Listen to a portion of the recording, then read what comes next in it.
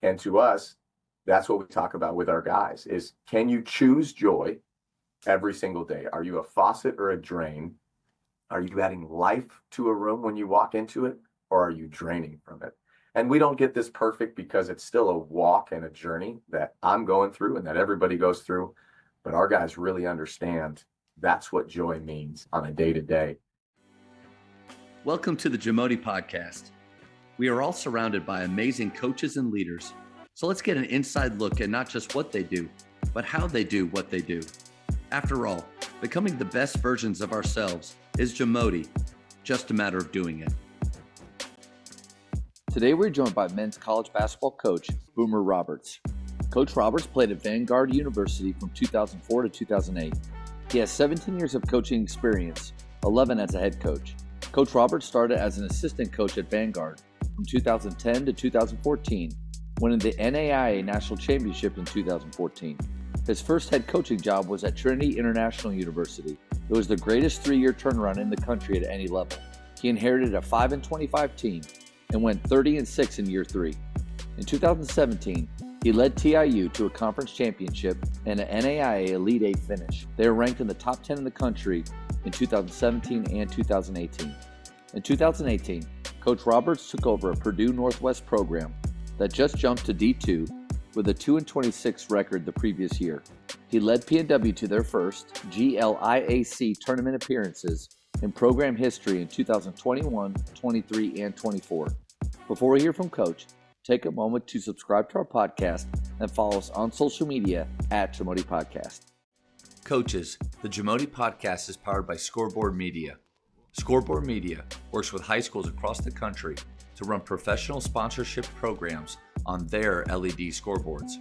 Whether you already have LED and you just want to supercharge the revenue, or you want to use sponsorship revenue to buy new LED video scoreboards, Scoreboard Media can help. They work with sponsors and advertisers locally, regionally, and nationally who want to connect with your school's community. Email info@scoreboardmedia.com to start the conversation and see what's possible. I've been able to do this podcast thing. I'm just a high school coach. I really don't consider myself any podcaster. But I've been doing it for 3 years now. Going back to when I started it, I wrote a list of names down that I would love to get to talk to, and people that some are in my circle and some that I've just followed from far off. Coach, your name's been on there, and this is why. When I was I've been here for 12 years. Before that, probably 3 years before, so 15, I was at McKinney High School in Dallas-Fort Worth, and I'm just listening. I was getting into the podcast mode. There's it was when it was really growing, and there's so many great resources out there. I'm learning from all these different coaches, and I heard one of your podcasts, and this was, I don't know, maybe you were at Trinity at the time. Before that, was that before?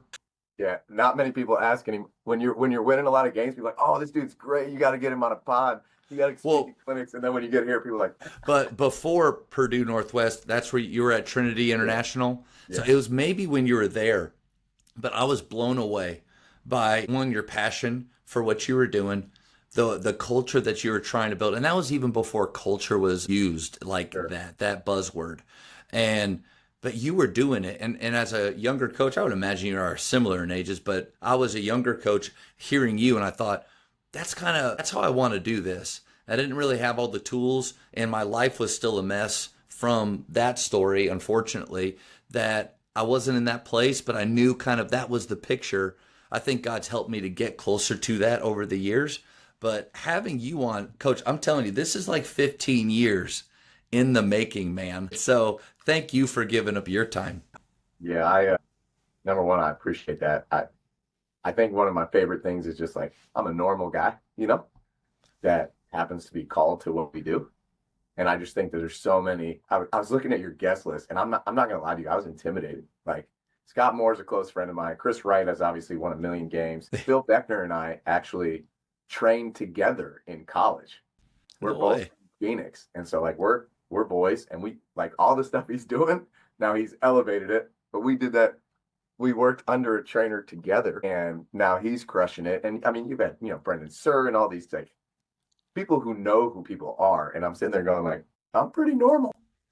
I'm pretty regular, Like this is, I got I got freaking four stacks of printer paper and a box pumping this thing up because this is the only place in my office that I can actually like fit this. So I probably will let you down with my normality, but I really do believe God has his hand all over my life. And that's the part of the story that I love for you. And I haven't got to read the book yet, but I was really doing that deep dive and just to hear like, you went through some stuff. And I think people assume when you go to Baylor and you're at, whatever God-fearing dude that you just like, oh yeah, God is number one in my life and all this kind of stuff. And it sounds like you went through it and God really took you on some sort of journey to figure out like your identity and your purpose and stuff.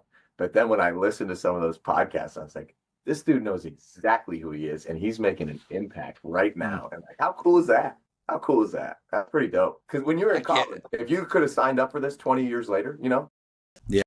And this is how you're impacting the world, because you really are impacting the world, not just your high school kids. This podcast goes out to the world. Yeah, kind of just a surreal moment again for me. The fact that you're saying that, and I was the guy that was just a varsity assistant, wondering one day like how it would evolve, what doors would open up. But I knew I had a picture of what I would like to be like, sound like, and how I'd like to influence others. And I'm telling you, man, I try my very, very best not to blow smoke on this thing ever. And I think you're one of those guys that I looked at early on. To your point about the whole where I am now and went through some stuff, I do think it's a story for coaches too, a reminder really for all of us to keep the main thing the main thing. And sometimes you could take that even to practice. All right, in practice, how much of this is fluff and how much of this can I take out that is not actually propelling us towards the goals that we have for our team? That's one way to look at it. But also the main thing is what or who is our identity in? Because growing up in a Christian home, being saved when I was 5, I've heard enough pastors now to where I used to feel bad when I would think, I don't know the day I was saved. And I always thought there was an issue with that. Enough pastors that I've heard over the years say, like, growing up in the faith, sometimes you just don't know, and that's okay. So I don't know when that moment was. I never grew up without a Bible in the house or anything. So, and not really tested. And that summer, when basketball for the first time was completely shattered, I realized I don't really have anything to stand on except for this game. And so getting to influence my players now to remember, as much as we love it and as much hard as we just had second period athletics, we're working on Brunsons and hook passes and all this fun stuff, but it has to stay just a game and not something that we put our hopes and our dreams in. And unfortunately, when that stuff did happen that summer, the story I would love to tell is like a Tim Tebow. Man, I stand firm. Like I stood firm. I didn't lose the faith. And I was a light in a dark time. But unfortunately, and that's what the story really is about, is I completely ran from that. And I think that's the danger still is, like, as coaches, can this become our identity? And this wins and losses be the only way that we feel good or we feel bad about ourselves? And are we playing the comparison game with others and not being content, like Paul said, content where we are and where God has us, whether it's at Purdue Northwest or at a small private school in Texas at Grapevine Faith? That's the challenge still today. So as much as I feel like God has done a lot in my life and I have learned and grown, and this has helped a ton, I still feel like that guy. Some days where I'm resulting in this moment. If we don't make playoffs this year, am I a joke? Am I a failure? I still feel that. So as much as I appreciate the compliment, I think that's just what we wake up every day, remembering whose we are. And if you're not a believer, man, make sure that the game and wins and losses isn't the main thing, but how we impact these young people. So appreciate that, Coach. I just think that, yes, Tim Tebow, and I'm looking at his book on my bookshelf. His story is unbelievable, right? And like I always tell people, like if he wasn't any good, no one would listen. So like God made him really good. True. And he gets a stage for God's glory.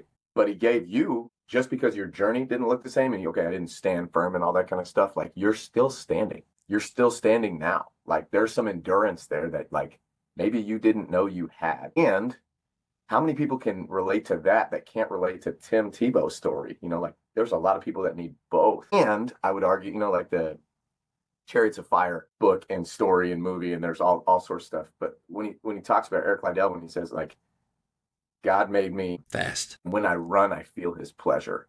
Like, I believe that God put something in Matt and God put something in Boom that, like, our competitive spirits, yes, we developed it, but that was innate. You know what I'm saying? Like, I was ranking things when I was 4 years old. I was looking at the newspaper and looking at batting average and who was going to skip who. You know what I'm saying? Like Todd Helton and Andres Galarraga batting in Colorado. You know, was their batting average better than a dude in, you know, I guess my point is like the way you feel about waking up and wanting to win and having the desire to compete. And am I a fraud? Number one, like, I don't think you should apologize for that because I think God put that desire in your heart, right? Like, you can love Jesus and be a sick competitor and want to destroy anybody in your path and then love people while you're doing it. You know what I'm No saying? doubt. And then the second thing is like guys who come on these podcasts and act like we got it together and act like there is no fear of losing or no fear of like, will people think I'm different?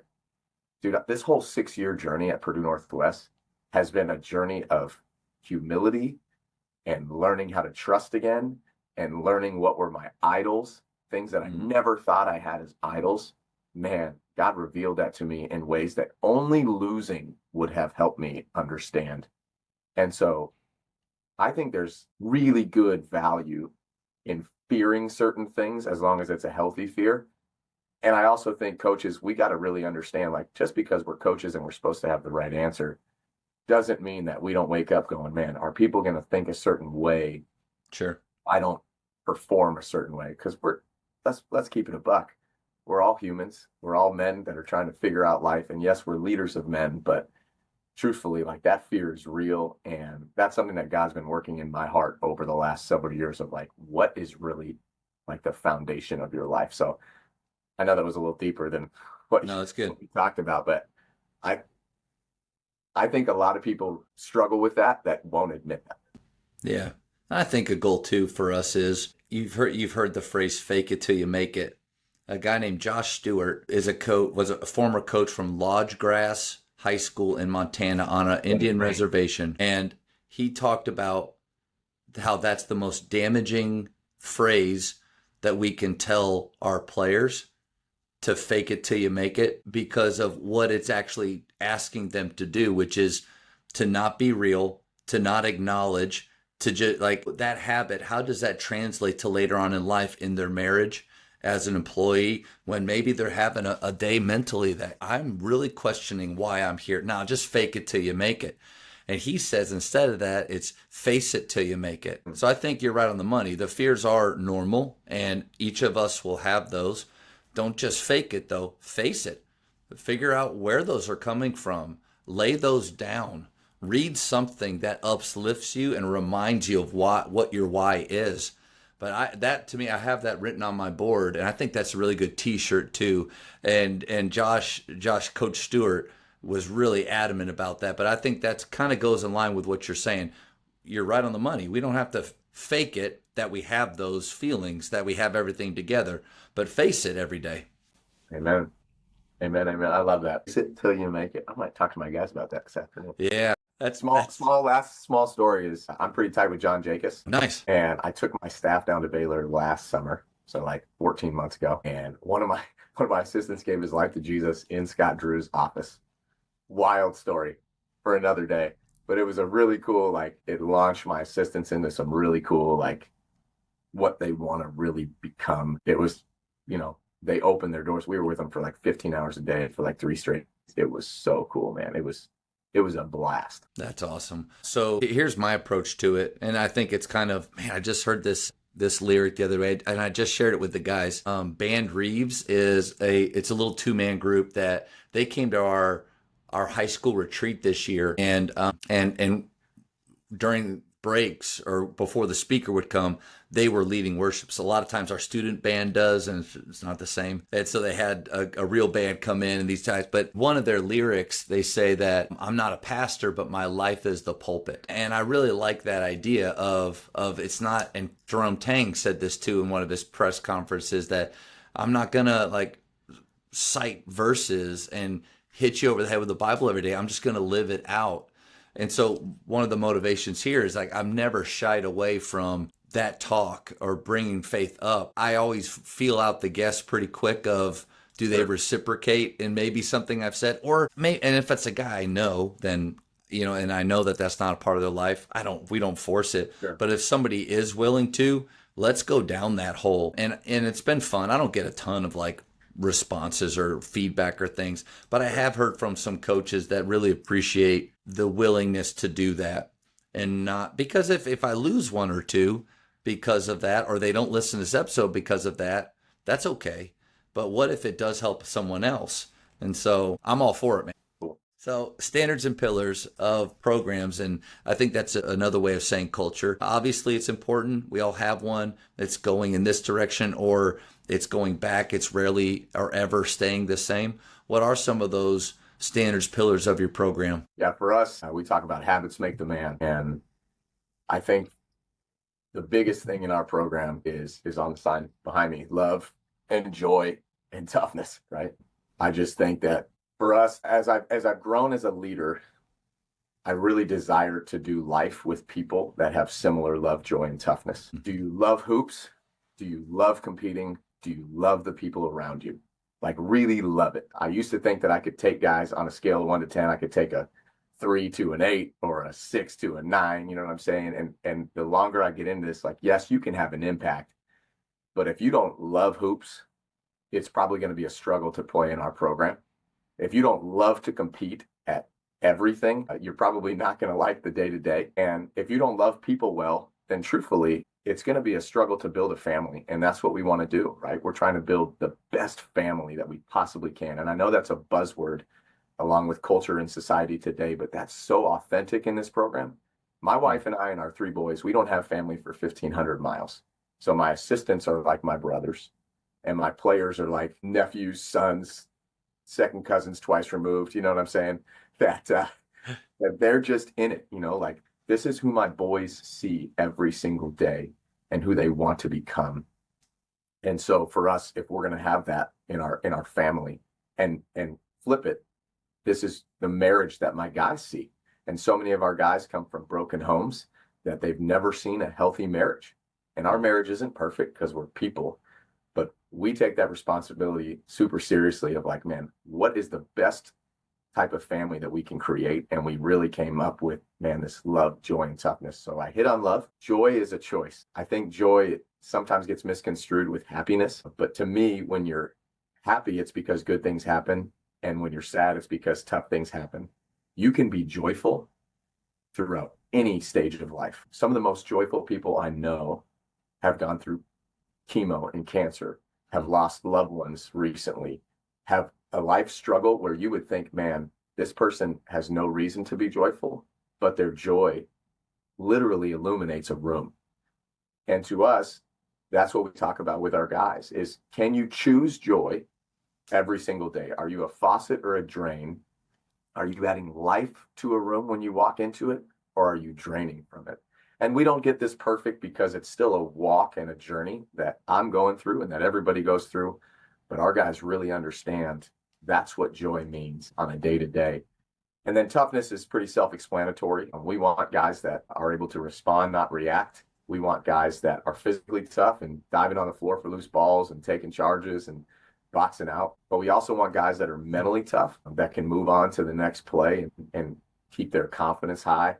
And I think as you get older, you realize that the EQ toughness, the emotional toughness of being able to let passion drive you without falling into the emotional trap of the roller coaster of life or a game is a big deal. So we focus on those 3 things. We preach those 3 things. I've never been a fan of like our 9 pillars of success because I can't remember 9 things. So I think our guys really Dumb and Dumber. He's like 7-minute abs, no, not or whatever. You can quote Dumb and Dumber. I would love this podcast even more because at one point in high school, my best friend and I put that thing on mute and went through the entire movie. I just butcher it though. What was it? I'm not going to say you did because it's your podcast, but let's maybe cut that out and redo it again. 6-minute abs. 6. You can't get anything done in 6. Anyway. It's along those lines. I got nothing. But yeah, that's to us, love, joy, toughness. It isn't a Twitter phrase. It isn't just on shirts. It is a way that we run our program, that we run our lives. And I think that ultimately helps build faithful husbands and loving fathers, which I feel like I'm called and placed on this earth to do. Man, a couple things there that I really love is one, you said because of the standards you have, not everybody can make it. Not everybody can be a part of it. And I think that's a great goal for us. If we do have turnover, if we do have guys that decide this isn't for us, have it be because your standards are so high. Your standards are stretching them to an uncomfortable level. And maybe they're realizing some faults or some ways that they're lacking in their life. And they can choose in that moment to get on board, to let go, to let those walls fall and get on. Or they can say, this is too much. This isn't what I'm about. But the high standards are great. But I think so many times we look at it more of guys can't hack it here because it's so physically tough. We run guys into the ground. We coach so hard. And I think I kind of push back on that feeling of this isn't a serious environment unless they're throwing up, there's fear, and always showing up with a level of like, what's about to happen next. I think when your standards are high, when you're trying to hold people to things like that, love, joy, especially those first two, you're gonna get friction from some that, and maybe it's probably not their fault. They didn't grow up in that type of environment. I was used to a coach that, and we talked at the beginning, that it was very much a Bobby Knight style environment, and not maybe the good things about Bobby Knight you hear, but the bad stuff. And then Coach Drew comes in and he's all smiles and he's talking about joy and love. And I was very resistant to that. Like, Coach, I don't really care about that. How are we going to win against what we're up against? But I don't know, Coach. I just thought about that. I think standards that are high, if there's friction from players and they feel like they can't get on board with that, I don't think that's a bad thing. Yeah, I think there's two things that I really like when you dissected that. One is friction can be really good and conflict can be really good if the standards are understood. Like, this is who we are. I'm not even talking as a player. I'm talking as a man, because Mark Batterson, one of my favorite authors, talks about it's not about what we're doing. It's about who we're becoming. And that's why I love coaching college basketball, because you are taking young men, and by the time they leave, like, this is their last moment to be poured into on a daily basis. And so who are you becoming? Because that trajectory is normally what you end up continuing on for the most part. And so conflict over high standards is awesome. But I think when there's fear involved, that's when you have a slippery slope of like, why are they actually doing this? I think parenting. Or transactional. Yes, exactly. Same way.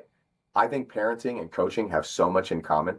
If your kids are doing something out of fear, then they're probably not desiring to be the type of dad that you have shown them, right?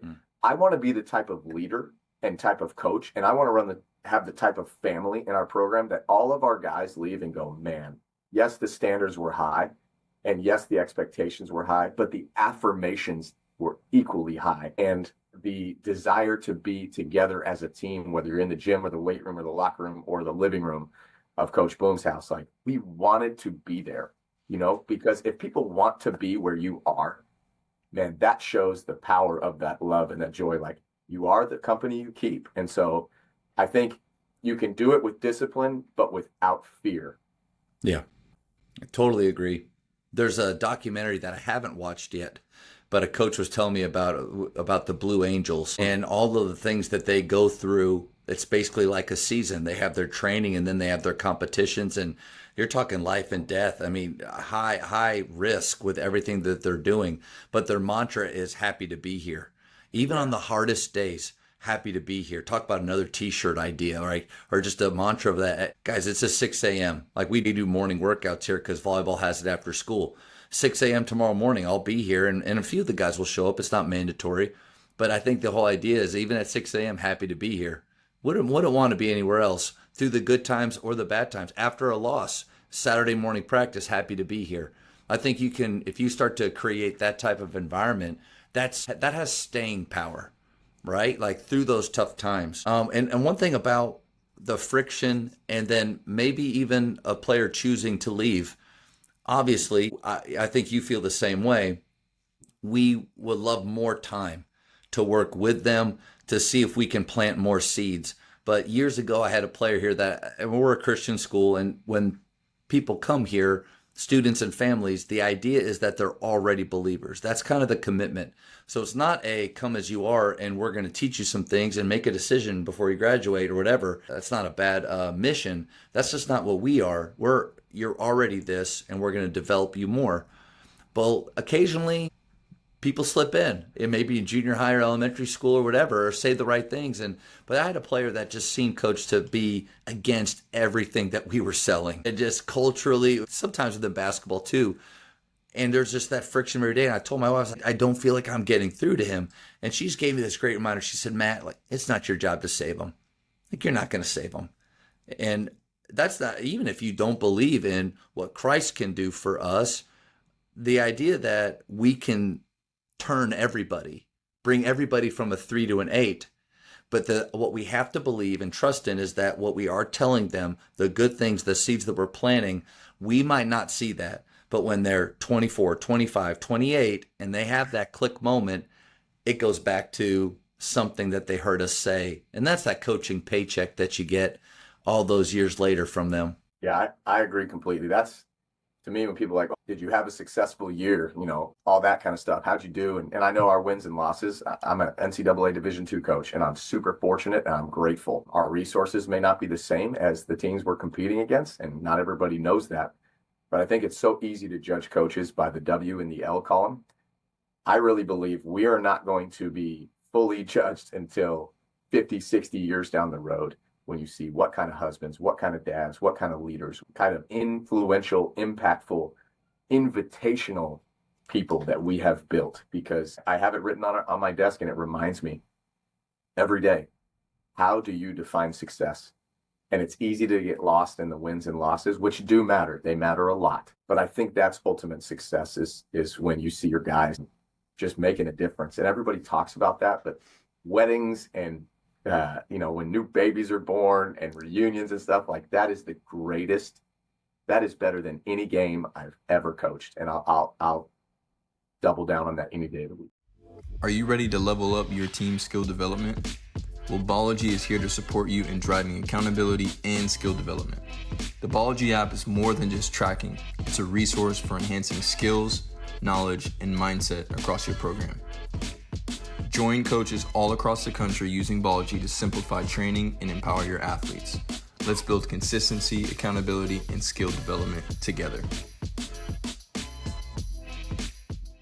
I love that you brought up how to define success, because I think that's a great activity that we should take our teams through at the beginning of the season, throughout the season, maybe when you're at highs and lows. During the highs, bringing them back to what this is really about.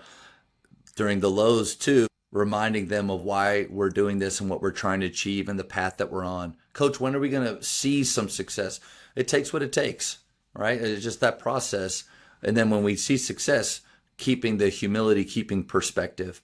But how you define success, I think, says a lot about your overall culture of your program. And that may be like a no crap thing to say, but I think a lot of people maybe say we want to have a culture like love, joy, toughness. That's a great culture to have and aspire to, but we want to win at all costs. The only thing that matters is winning. Those messages sometimes don't always line up. So I think how you define that, Coach, that's huge. Yeah, and I'm not some expert at it. I struggle with it. You and I were talking earlier, like, I'm not up here on my high horse saying this is how we do things and it's perfect. When I got this job, this is year 11 as a head coach, and everywhere I've been as a player and a coach, I've been fortunate to have some unbelievable teammates and some really, really great coaches. From winning a couple state titles in high school to winning at Vanguard to Russ Davis, my first boss on the women's side, back-to-back Elite Eights, and then learning from Rhett Soliday, who is an unbelievable coach and human being, one of my mentors and best friends, and flipping Vanguard around from a 6-win team to 4 years later winning 32 games in the national championship at the NAIA level. So Mark Campbell pouring into me at Union University, who's like the #1 winningest coach in the history of NCAA on either side. My resume is not like a lot of these guys where, man, they've won 85% of their games. We've won at a high level, And we've lost at a level that like I don't desire to do anymore, for the record. But I think that that continual ask of how do you define success and where's your identity, I think they go together. And for me, as a Christ following husband and father first, it's just a reminder that like I have more questions than answers. When I got this job, I was 32 years old. It was my second job, and we experienced some ridiculous success. And I kind of was like, all right, like we're going to do it again. Here we go. And I had more answers than questions. And now I'll be 39 in a couple of weeks. As a leader, I have more questions than answers. And that's okay because his power is made perfect in my weakness, and the vulnerability that I get to show with my staff and my players on a day-to-day basis. Don't get me wrong, I'm confident and we work really hard, but like I'm still after who I'm becoming, and it's okay for our guys to do that. So this journey of winning and losing and this journey of finding success, I really believe it's where are you doing what you're supposed to be doing, what you're called to, where you're called to it. And if you're giving everything you have and you can answer those two questions well, man, you're living successfully. And so, yeah, I'd love to sit up here and be like, yeah, I got the answers. But the truth is I'm a big work in progress, and I'm learning as I go. I think too, having a realistic look in the situation you're in with the players that you have. I think at the high school level, most programs will talk about winning a state championship in the preseason. They'll talk about going undefeated, not undefeated, but they never talk about losing. One of the things I love about Doug Novak, he said the first thing we talk about first practice is what are we going to do when we lose? Like, how are we going to be as a team? I thought, wow, that's different. Like that's the exact opposite, I think, of what I've always done or what most do. But looking at your situation and defining success, not outwardly saying like, guys, listen, because of where we are, if we only win 5 games this year, that's a pretty darn good year. I'm not saying that, but having those realistic expectations and going back again to the leftovers. I mean, when we had 6 scholarship players, we were 8-21. Incredible success. Incredible. Like we shouldn't even have had the 8. We were competitive in games we shouldn't. And Coach Drew did a really good job of celebrating us throughout that journey. I mean, we had outward goals of 15 wins. The year before, with all of our players, we'd only had 14 wins. So Coach Drew came in and said, let's win 15 this year. We didn't hit that. But not once did we ever feel like we were failures because of that, because of the way that we looked at success and competing that at its like base form is our 5 versus their 5. Like, what can we do tonight? How can we mix it up? Let's mess up their plans to celebrate. Like that's our championship every game. But I do think if you define it by state championship or bust, a certain amount of wins or we're failures, then at some point along the way throughout a season, what if you do realize, or your players realize, I don't think that's us. I've seen who were the competition.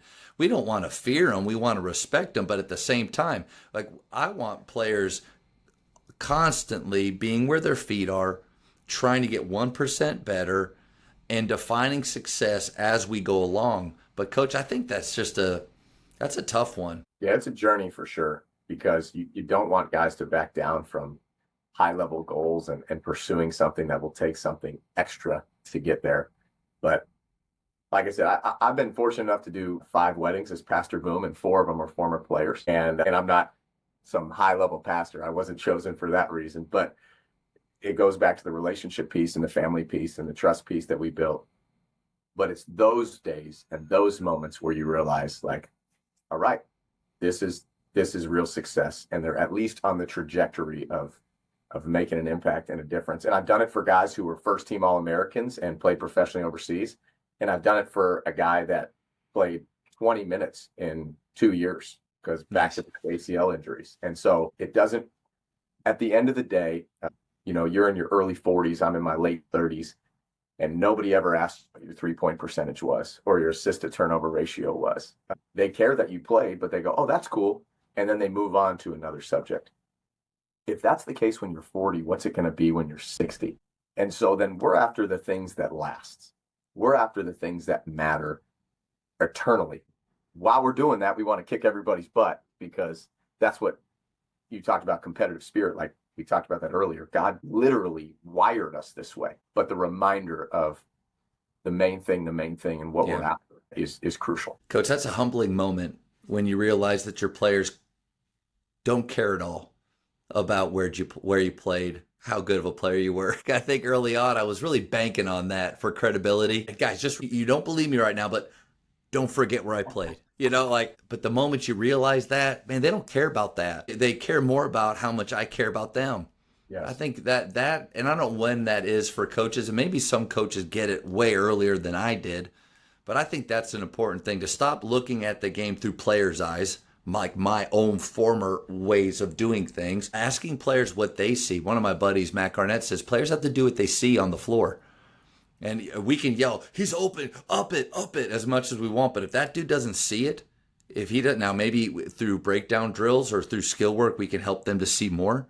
Sure. But I think we got to help them to do what they see. Once we get past resting on our past accomplishments, I think that makes us better coaches. Yeah, I ultimately believe college guys and high school guys, to an extent, are after three things. They want to be fed, they want to be heard, and they want a model to pursue, right? And I've really come to grips with that. Every year it just keeps getting proven more and more true.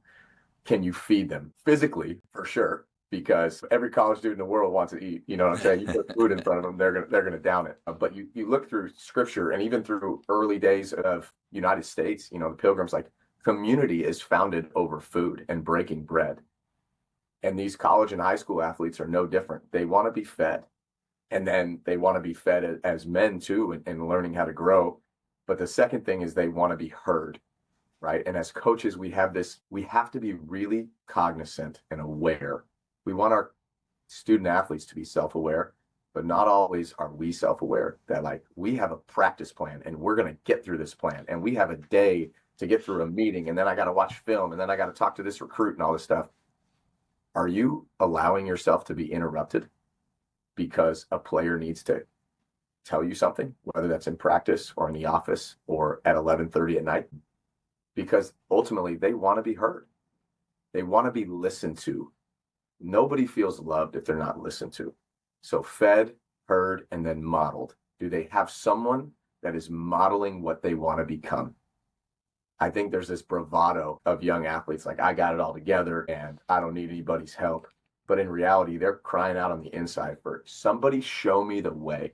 And if you can feed them, you can create space to listen to them, and you can model that for them, what real leadership, what real love and humility. And if you're married, your marriage, and if you're a parent, how you parent and lead your family, man, that creates a chance for amazing impact. And that's real success. I love those three words. And I even thought too, just from a basketball standpoint, like, you're talking more on the leadership side, like what we're pouring into them that'll help them grow. But let's just talk basketball. I think players want to be fed. I think they want to be taught things. I think they want to show up to the gym thinking, what are we going to do today? Like, how's my game going to get just a little bit better? I think they want to be in a program where they feel like, Coach, what do you think about this? Isn't going to be just thrown back in their face, or, hey, listen, I'm here, you're here. Do you see it? Do you see the difference? Like, I think they want to have the ability to say, Coach, what do you think about going man? Like AJ did to me last year in our third or fourth game of the year. We hadn't worked on man at all because I'm a pressure 3-2 coach. That's all we do here at Grapevine Faith, and it's been really good for us. But he says, what do you think about man? And we go to that, and it triggers something in our team, a competitive spirit that I didn't even know was there, and we become a man team the rest of the year because of one dude's comment at a halftime of a meaningless game. I think they want to be heard like that, and then modeled again the same way. If whatever we're telling them on the floor, are we doing that? I just thought about the great movie Old School with Will Ferrell back in the day, where he is in the locker room in his tighty whities, and the other character, Luke Wilson, is trying to, hey guys, we're okay. We're right there. Just keep our cool. And then Will Ferrell comes in and starts screaming, keep our composure, slamming a chair against. But it's the coach that yells, calm down but dude, you're not calm. Like, show me calm, model calm. Don't eat, guys, your players, don't mess with officials. They don't help you. But we're just chasing officials down. I think we can take that fed, herd, and model, and I mean, something on your whiteboard, something on the side of your practice plan that we need to be thinking about every day. Yeah. Number one, you got it. Anytime you reference old school, you're in great company with me. Bring your green hat. Hey, come on. So good. That probably aren't appropriate, but that's a phenomenal movie. That's a top. I was quoting Semi-Pro the other day. I was quoting Semi-Pro in here. So yeah, we have all this great Christian talk, and then I'm referencing what, in my opinion, is one of the. We'll get to the speed round in a little bit, and people rarely talk about the best basketball movie of all time, which in my opinion is Semi-Pro. Oh. But anyway. No, you're absolutely right with the. I can't get the Will Ferrell image of him running next to the minivan out of my head. Lock in, boom, reset. Let's go. Fed, heard, and modeled absolutely goes on the court, and we talk about that in our staff. It would be, man, if you're not teaching. I used to think culture was everything, and recruit at our level. Obviously, you can recruit. Now, we're not a high major team, and when I took the job, we were the worst Division II in the country, and now we've kind of got to the middle of the pack, and I believe this year is going to be something special. But my point is, I really understood as I got older that I wasn't teaching well, right? Our language that we used was not coming across quickly and clearly enough. And so we have, everybody's talked about clarity is king. Like we really talk about that. They want to be fed. But I think the herd is so important when you have really good players, right? You have to listen to them, because the reality is everybody on my team is better than I was. Let's keep it a buck. You know what I'm saying? Let's keep it a buck. We still get out there and we play threes with them. That's our deal too, is we're in the fight. If they're lifting, we're lifting. If they're running, we're running. You know what I'm saying? I'm slower and I'm weaker than everybody, but our sweat equity is high in this program. And I think that adds value, and it adds a level of, man, coaches in the fight with me. But at the end of the day, like, these are really good players. We have guys that go on to play professionally. We have guys that are, all conference players, like just guys that see the game differently. And if you're not willing to take their input, man, I think you got some ego there, or you're a fool, and either one is not good. So we tell our guys that all the time. If you got an idea, like, bring it to the table. And then the model thing, I love the poise example. How many times you go to, there are some fantastic AAU coaches, all right, and great programs. But AAU is one of the funnest things to go to as a coach, because you're watching and dudes got all sorts of stuff going on, and they're screaming and yelling. Man, that's some serious coaching. This dude smoked a layup in front of 26 college coaches, and you're yelling at him that he's got to make the layup. Like, hey, thanks. My 96-year-old grandmother can say that. He tried to miss. He was trying to miss. Tell them something they don't know. That's right. Coaching in the moment, right? And so keeping your poise, and also let's keep it a buck. I know you can shoot that thing. So when you go out there and you show a guy how to come off a pin down and you bury those feet and you stick it, that's some modeling too, man. Let's keep it a buck there. Let me tell you this: the way that I've been able to keep a little bit of the mystery alive for the last few years is I don't do anything. I walk anytime. Like, so I have some fun with skill work, and I love Micah Lancaster. Anything with I'm Possible, I'm pretty much in. I don't do the cone with the light thing on top. I haven't got into that yet, but some creativity, like just something to get their mind going and outside the box, and to where they think, like, happy to be here. This is the place to be. Make the big time where you are. All of those themes we try to do in our little gym. But anytime I realize that if it's not a drill I haven't done since I was 9, I'm not very good at those. So like all the Pistol Pete stuff, I can still show those, and I can give you 5 to 10 good seconds, but then I burn out. But anything new, railroad and just show them. Yeah, that's right. Ride my bike. But anytime that I'm showing something new, coach, the ball is my fist, and I can model, like I can get in a drop, and I can make it look pretty good as long as this is the ball. If I put a real ball in my hand, it's a hamstring. I pull my calves a lot. Like, I just can't do that. I can't do that in front of them. I've been able to, for those coaches that feel like I'm not lifting with my players and I'm not running with them, and I definitely don't want to lose my credit, because I think the worst thing you can do as a coach is demonstrate something and it looked bad. Yeah, if you suck at it, you lost it. Yeah, no doubt. So I'm trying to keep that away, trying to keep it away. That's fair. That's where I have a younger assistant who's 25, and he's like in the prime of his career. He's going to be a great coach. I have two fantastic, Kendall Aldridge and Xavier Allison are unbelievable coaches. Both going to be high level head coaches, but I let him do like the big time athletic stuff, and Kendall can still move and get in his stance. He's nasty with his hands too. I'm like, all right, anything defensive related, these hips, don't lie. We ain't moving. I asked my guys today. We were working on some type of spin out to the corner with a rip baseline and either into a finish or another spin out. And it's me, and I have an assistant coach that is there part-time during our second period, and he's there most days, but he's younger and he's doing a great job. But I feel like it's me and him and 30 kids. And so I'll bring him in close and I'll teach him a concept, and then I'll send him out to all 6 baskets wide, kind of a PGC type feel. And I just glanced across and I saw one of my seniors catch, turn, and throw it. And it was so slow. It's so like not dynamic at all. And I just stopped the gym and I said, guys, here's a great barometer for whether in your training, if Coach Sayman could guard you, like if I could stop you, are you going fast enough? Like, what's the next level down from me? It's breathing, like barely. And so, yeah, anyway, trying not to embarrass myself, trying to keep credibility. You let your younger assistants do things, but you could go even farther down that road of not allowing it to be your voice all the time and having gyms split and players doing things in different areas and giving coaches different roles to take.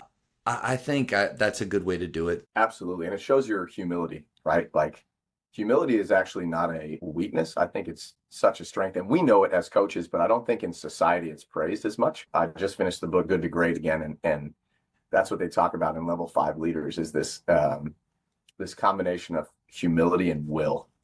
Just a ridiculous combination of it's not about me, and yet we're going to go where we need to go. And I think in coaching, let's be honest, there's a lot of ego involved. There's some great coaches that are far better than I will ever be. But because they know so much and because their mind can think at a different level, man, it's their show. In our program, I don't coach with a whistle. I know it sounds crazy, but we have 2 different drills we do when I bust out a whistle, but everything else is my voice. Because in a game, I can't blow a whistle. And I'm not one of those sweet coaches, Coach McConnell, Dobson High School. I used to grow up going there, and even Hogs, my high school coach, had whistles and stuff. And then, it sounds so cool. I got none of that. I'm as average as it gets. All right. And so if I need to get there, that's all I got. Level on that. My 8-year-old can whistle louder than me. I just think that if you're letting your coaches have a voice on either end, or you're splitting, and even your seniors and your vets being able to let them lead, whether it's a workout or a drill or even a defensive rotation, when they see it, man, peer influence is so much better. And I learned that, Coach Soliday and I, when I was an assistant, went up to Oregon to meet with Dana Altman and his staff when they were running the spread offense and different things. And we had a day where we went to football practice and we got to see Chip Kelly. And this was like peak Chip Kelly, Oregon. You know what I'm saying? Like Marcus Mariota and high level stuff. And you walk into a practice in their Autzen Stadium, and the only thing you hear is hip hop music all over the speakers. This is mid practice. And he's just in the middle, like nodding, like bouncing with a little rhythm. You know what I'm saying? And his assistants are running stuff, but you could barely hear them. And I straight up asked at the end, I was like, what's the deal? Like, that's not in my mind. I'd never seen that before. Like, there was no authority there and all that. His voice wasn't like ridiculously present. And his idea behind it was they have a lot of fun. They work hard when the music's going. We communicate louder because you have to, which simulates a game. And my assistants understand the value of learning their own voice and what they bring to a program. I'm secure enough in who I am that I know if I have good people around me and the volume's up, that work is getting done. And I was blown away.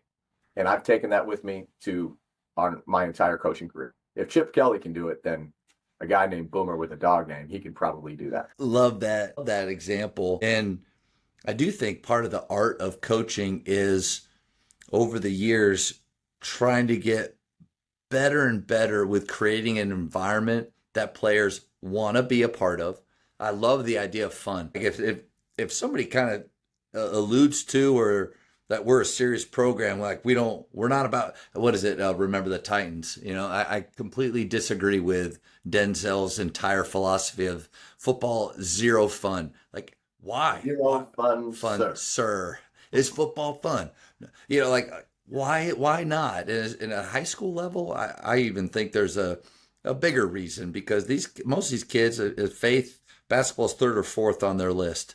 So if they choose to be here, like, let's make it fun. But I also feel like that, and Chip was added too, is what is the way that we can get the most? Like, if we can squeeze every bit of urgency, every bit of, and I mean, there's a couple ways. You could have a big stick. Like, you could fear them into, you better move fast, you better do this, or else you're going to get on the line and then you're really going to feel pain. All right. Like, that's one way to do it, but are we going to really get at their hearts that way? What is it, the get to have to? Like, they're going to have to do a lot in that type of environment. I want them to get to. Man, we get to do this. We get to play FIBA 3-on-3 tomorrow while we're working on our concepts. We're going to have Christian rap going the entire time. For those coaches that are terrified to play any type of music and stuff, that Christian rap sounds good. You don't have to worry about the lyrics. I never knew it existed before Grapevine Faith. We have a playlist every year. What is it? GFaith_hoops, Spotify. You can follow it. Every year there's a different playlist, but Coach, any moment that I can on my watch, hit play where I'm done and I just get to go around and have positive touches. Positive touch, name, maybe a quick nugget. I think that's just a fun way to train and make them want to come back again the next day. Absolutely right. I couldn't agree more. And it leads to winning, because it's at every level. It's a long season, right? We all want longer because we want, Major League Baseball where you're playing every day. But the reality of it is, like, the teams that win in March or February are the teams that still want to be in the gym getting better. And I just think, like, some of my Division I friends, like, they can't stand their team already, and it's September, and they've been with each other since June, and they're already thinking about, all right, who do we got to replace, and recruiting and all this kind of stuff. And they haven't even played a game yet.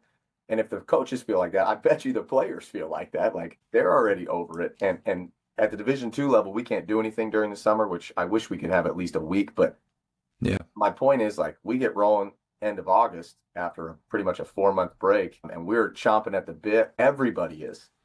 But then you get to February, and we've all seen teams that, like, don't want to be in the gym. They don't want to get extra work in. They're ready to go right when practice is gone, and those teams lose. And I don't know about you, but I want to build faithful husbands and loving fathers. I want to have eternal impact. And I want to beat everyone. You know what I'm saying? Like, I've tasted that. That is fun. That doesn't define you, but man, it's fun, right? And so if you want that, your team better love the gym, and they better want to be coached by you.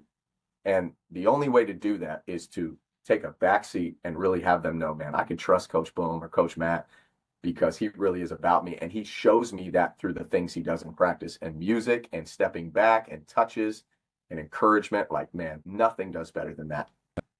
Coaches, the JAMODI podcast is powered by Shoot 360. The future of basketball has arrived in Dallas-Fort Worth. Shoot 360 combines the latest sports technology with the fundamentals of basketball skill development. The result is a one-of-a-kind video game-like basketball program designed to improve your shooting, dribbling, and passing. Visit shoot360dfw.com to learn more and register for your free 1-hour workout evaluation. Shoot 360, the future of basketball is here. And I think the big thing is discipline is happening throughout. It goes back to your standards. Excellence is one of our standards. If that is put in day one, but not just left there on day one, but echoed, reminded, and practiced in 1,000 different ways every day from day one, then you can have that environment. Because I think many people think fun, music, they think free-for-all, they think slippage, Right. They think getting worse, not getting better. But that's all it has to be. We like to run and gun, we play fast, and I think in order to really play fast offensively, you actually have to be incredibly organized. If you're not incredibly organized, if you don't arrive in space, and if you don't know who's dangerous and who's not, what gaps to drive and what not, how to move it, if you don't know those things, then playing fast is a free-for-all, and it will lead to poor shot selection and turnovers. But within that, the speed, if there's organization, within the fun, if there is excellence being pursued, Man, that's a good recipe.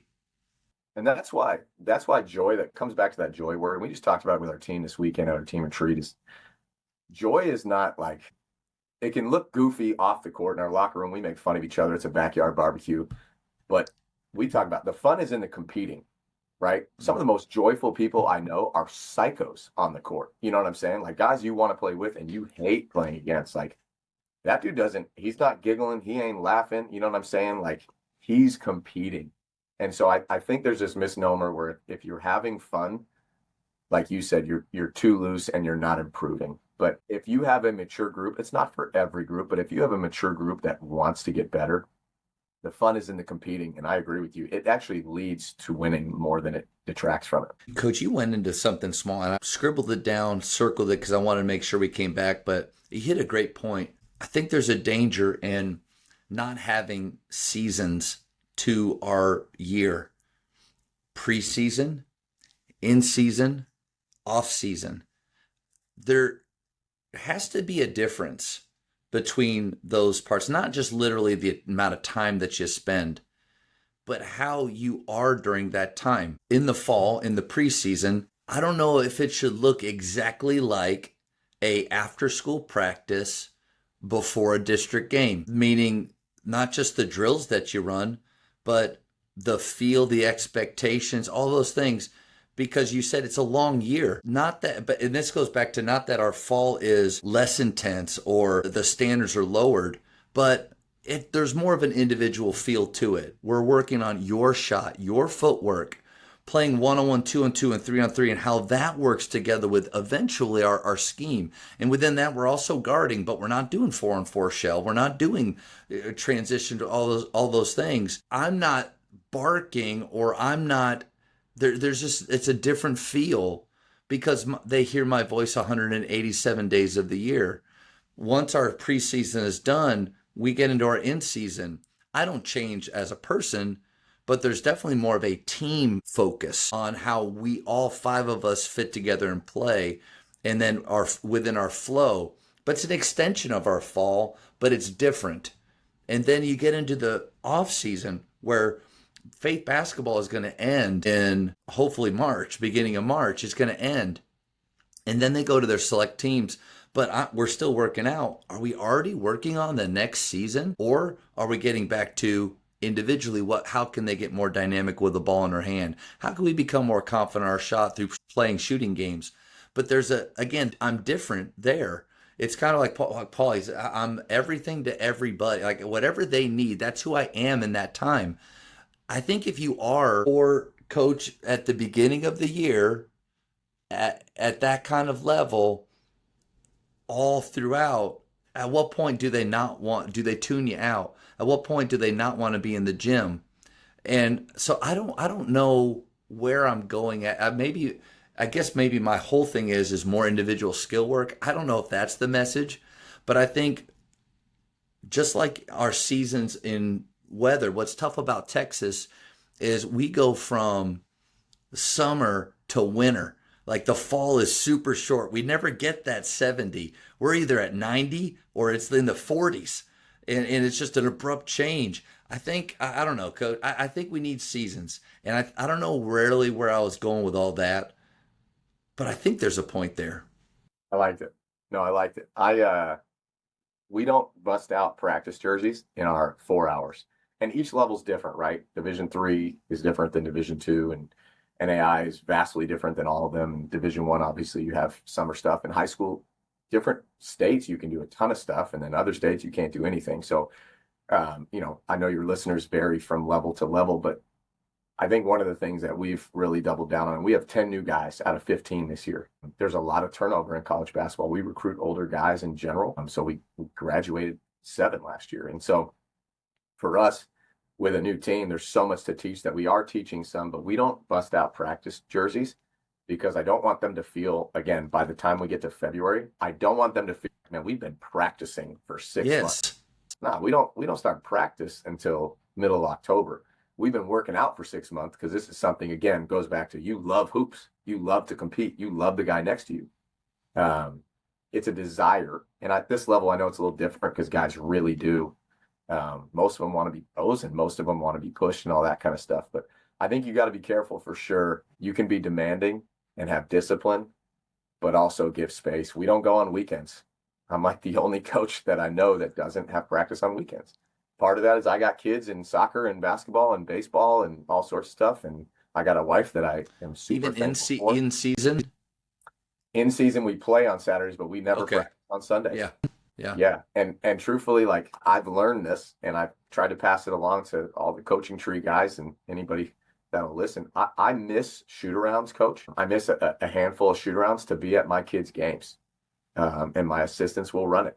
If we need to adjust something, like we don't have recruit visits on Sundays, if that's the only time, like we'll figure it out. But if we lose a recruit because of that, man, Sundays is a day for us. It's a faith day and a family day, and we invite our guys, and not all of our guys come, obviously, but we've seen some unbelievable growth in that aspect. But it's also a time for them to rest and get homework done or watch football and be 21, So I think you got to be careful with the length of the season for sure. And that doesn't mean you have to be soft. That just means you have to be specific in what you do. Man, thank you for a couple things there. One, the practice jersey deal. If you come to our second period workouts, there's no dress code except for I'd like for them to have our school colors on. So something white, red, navy, or gray. I don't care what color shoes they wear in second period athletics for our skill work. But you're going to see our school colors, but everybody's wearing different things because we're not in season. We're training. We're getting better. Like that's the thing is in season versus out doesn't mean there's a difference in expectations, but there is a feel. There's a different feel to we're building towards something, not we're already in something. And then, well, when do games start? Games will start for 2.5 months, guys, but we got to be prepared today. I don't know. Maybe now. Like maybe we're moving toward, but and maybe that's feel, maybe that's art of knowing where you'd like for your group to get from year to year. But I think that's a thing, and I never really thought why we do that, except for I don't want to give out practice jerseys until we start practicing after school, where we actually have to flip colors. If not, guys, this is different time. This is a different season. We're building you up and preparing for the great race. We're not in the great race. But then you said you don't practice on Saturdays and you don't do things on Sundays. I think that's a great reminder that just because others do things doesn't mean we have to do them. Just because our high school coach or our college coach or somebody we worked for did something and it worked for them, they felt good about it, doesn't mean you have to do that. Spring and summer leagues and fall leagues are really big around here. We don't play in any of those because I don't want to withdraw more of their time from them when come October, coach, I'm going to withdraw a ton of time, all their time for 6 days because we do go on Saturdays. But I'm comfortable with that. And I've seen the benefit of not doing something that everybody else is doing and not being fearful of not comparing about that. But there's no rule that says you got to practice on Saturdays. There's no rule that says you got to wear practice jerseys during skill work in August. There's no rule that says you got to play in a summer league. You're not getting behind by doing it. I would even argue you're sidestepping some landmines by not doing it. Because in my opinion, when we used to play in those, I'd be frustrated and kids would start to get an unrealistic expectation for what could happen in 6 months. We're not a team at that point. What are you worried about what's happening there? He doesn't pass it. I'm not even coaching him. We're not a team. We're just flowing out there. Sorry, coach, but that's good stuff. I think we got to let go of some of those things that don't make sense to us in our programs. Yeah, it comes back down to control, right? Which is a pride thing, which is a trust thing. It all goes together. I think so many people do things that other people do because it's, man, I'm nervous about losing. Yes. An edge that person might have. You look on Twitter and there's 76 perfect sets of the day, and it's like, man, I got to add all 76, and they're all great. There's nothing inherently wrong with a fall league or adding all these sets or listening to, a Division II basketball coach from Northwest Indiana, Phoenix, California, all over the place. There's some things that people can glean and take away, but the reality is you got to be Matt Sayman. I got to be Boomer Roberts, and we all have different desires for our programs. So there's no way it could possibly look the same. Yeah. I just think a good recipe too is chip away chip away. Look back 5 years ago, what you used to do, and see if there's a difference now. Like, in what ways have you become more efficient? Are you able to do less but still get a lot done? Tyler Costin had a great idea of writing a parent email out and then going back, and you have to take 20% off. And then go back again, you have to take 20% off. And like at some point you get to the part where that they really need, and you take all the fluff out. Again, I want to do my very, very best to be doing things that I believe will help my players improve. And I'm not doing it just because that's what everybody does. Or same with post-game talks. In my opinion, you have to eliminate post-game talks. It's good to eliminate them, or at least keep them to 3 minutes. I keep them at half court, and I have three. I tell them I love watching them play. I ask for celebrations from them, even after a loss, and then what the schedule is tomorrow, and then let them go, because I don't want to make a mistake because I'm resulting, and they just want to go eat pizza anyway and be with their friends. But that's one of those things where if I was doing what my coaches did, well, that means we got to go in the locker room for 40 minutes after.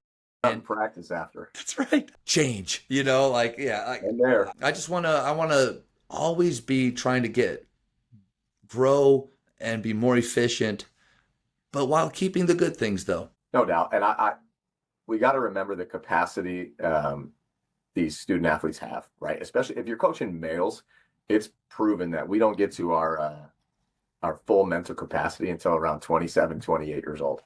So if we're coaching 16 and 17-year-old, a decade away from that. Exactly. Cliff Kingsbury was a coach of the Cardinals, and listen, we're not very good, all right? And hopefully we'll be better. I'm from Arizona. But I like Cliff and a lot of things he does. And one of the things he did was he would take a phone break in the middle of film. It was pretty well documented in Arizona that instead of these hour-long film sessions, he would go, 10, 15 minutes, take a phone break, come back, take a phone break. These are grown men that are paid millions of dollars to lock in on an opponent and know what they're doing. And he felt even they couldn't keep their capacity to retain longer than that. So when you're preaching to your guys and there's too many voices and all that, and we've gotten better at that, we're not perfect at it, but I think there's absolute value in giving space, let them learn and be creative and discover who they are a little on their own, while you still, again, model and teach with efficiency. My wife makes fun of me because everything I do, I try to be efficient, but I love that word. Are you being efficient? Oh man, we get 43 minutes a day, and our goal is to just wring every ounce of time that we have out of there. So that means I can't, even my, what is it, coaching tweets, or maybe X's now, right? Like I have that 26, or I guess it's changed now, it's longer, but you have that short little soundbite. One coach was talking about 7 seconds, 20 seconds, 30 seconds. Those amount, like that's where we should be shooting for in the way that we talk to them. Is this a 7-second tidbit, or is this a 20-second, or is this a 30-second where we need to come in? Knowing what your messages are while you're going by. I still like the art and feel. Phil Beckner talked about it. You can't teach feel. Well, crap. How do you get it? Over time. It's just something that over time you gain, you learn through experience. Yeah, and ultimately as coaches, what's the longest timeout you get in a game? You get a minute? Yep. And most of the clock people are banging at the and you're like, what? That was a minute, or you get a 30 or whatever. You know what I'm saying? Like, you don't get in a game. You can't huddle your team at mid-court and talk to them for 4 minutes. Right. So why are you doing that now? You know what I'm saying? Like, to me, that's kind of pointless when I walk into a gym and I see that. Well, that'd be great. That'd be like if I could stop my kid before he's about to do something really dumb and be like, all right, and talk to him for like, 2 minutes at school and be like, hey, don't hit that kid at recess, even though they did that to you. Can we tell? Man, you can't control that. You're not Zach Morris. You can't pause time. Nobody talks about Zach Morris being a superhero, but he had the ability. I was more of a Boy Meets World guy, Corey. That was my jam. That's fair. Topanga. Okay, Topanga, Kelly Kapowski. That's a speed round question, but I'm gonna probably find a 25-year-old that's like, who is that? Who are you talking about, Coach? I have one more little thing before the speed round, and then I'll get you out of here. Love, joy, toughness. To me, the first two often don't seem to really line up with toughness.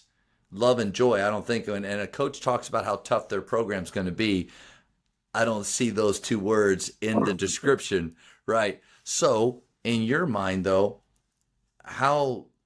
how does toughness translate into the love that you share, the joy that you bring every day?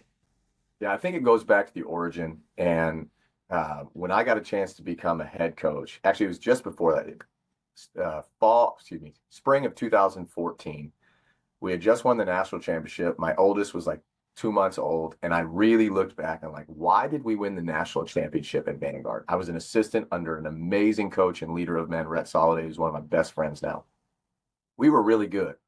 We had probably the best backcourt in the country. We had 4 pros on one team, another guy who got drafted overseas in his home country that decided not to play. So we were talented, but there were more talented teams that we played that year. Why did we win it? And so I just kind of did a deep dive, like really spent some time in it. And I felt like, man, we loved each other better. We brought great joy every single day. There wasn't a day that we didn't want to be around our players and that they didn't want to be around each other, which is, it sounds normal. That is not normal.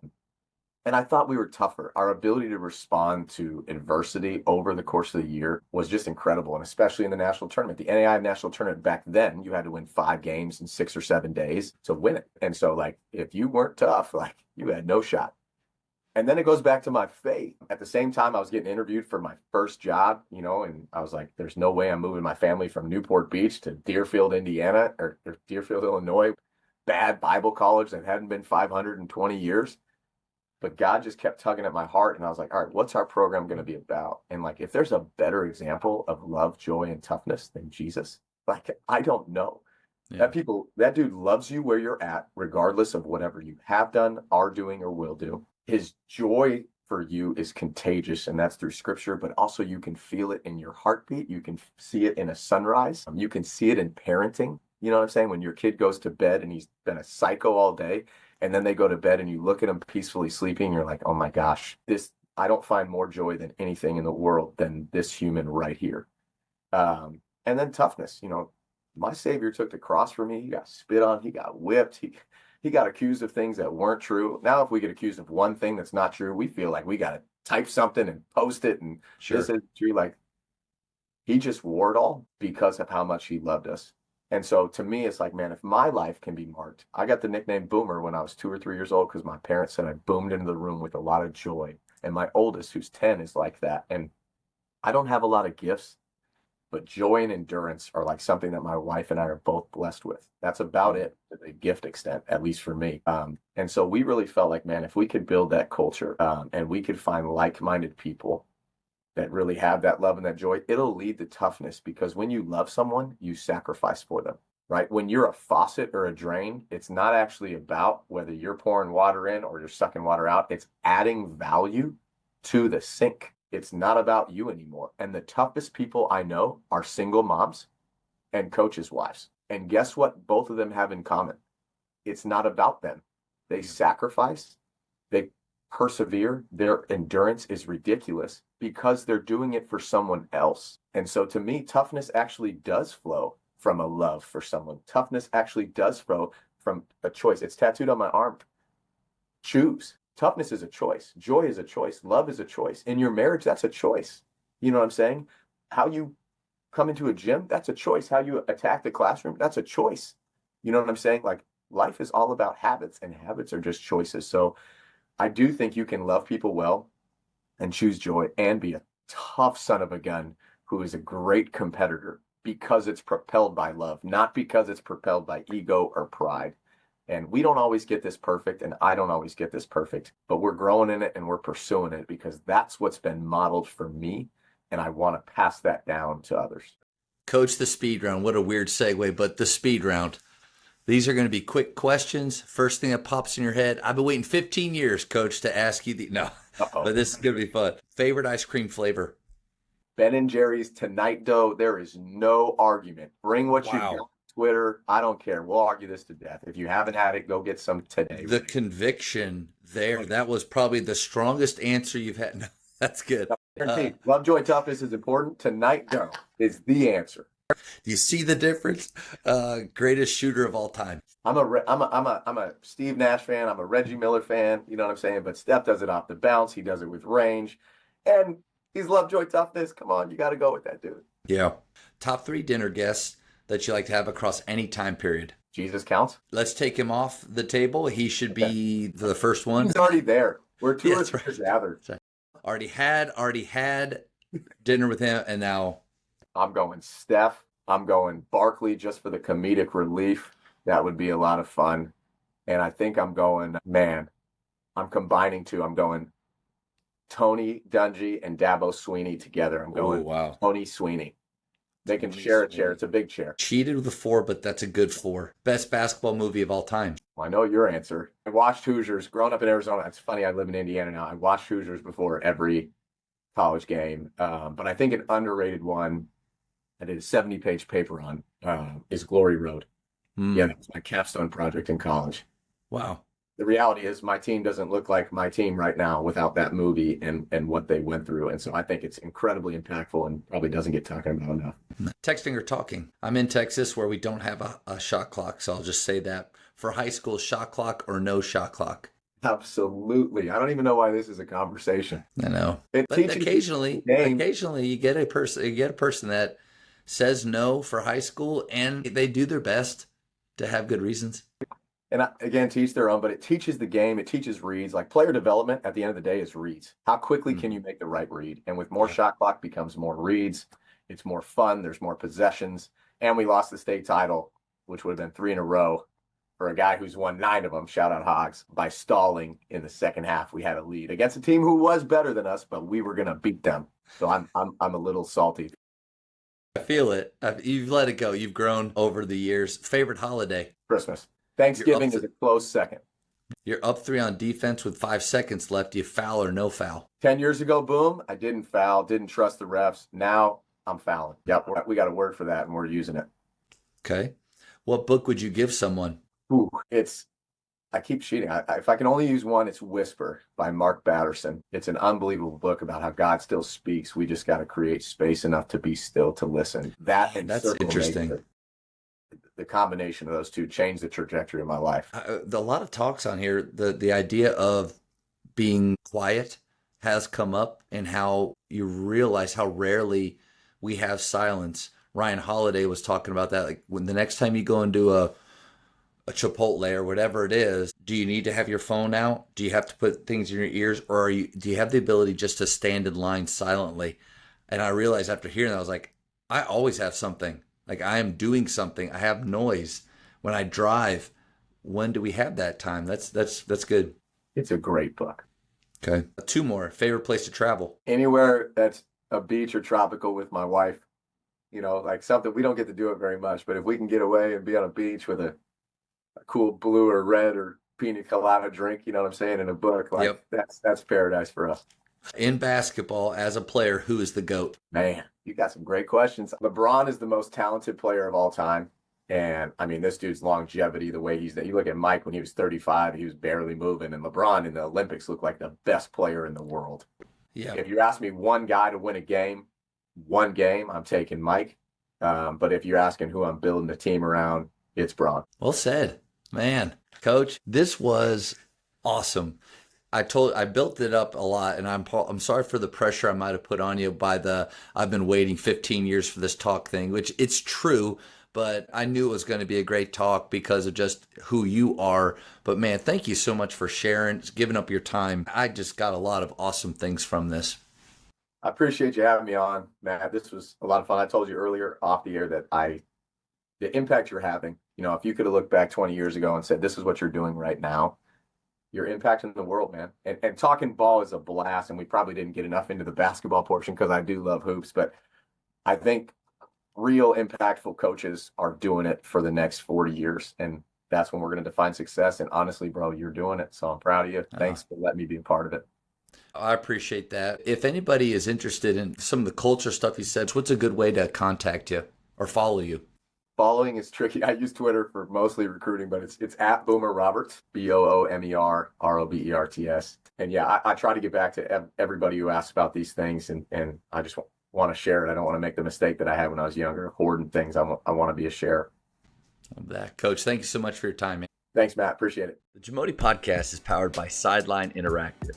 Sideline Interactive is the leading manufacturer for high-quality, innovative scoring tables and LED video display boards that help coaches and schools bring more excitement to fans, create huge fundraising opportunities, and make their jobs easier. Visit sidelineinteractive.com to check out their amazing products. Thank you for checking out today's episode. Please take a moment to subscribe to this podcast, share it with your fellow coaches, and find us on social media for what's coming up next on the JAMODI podcast. It's just a matter of doing it.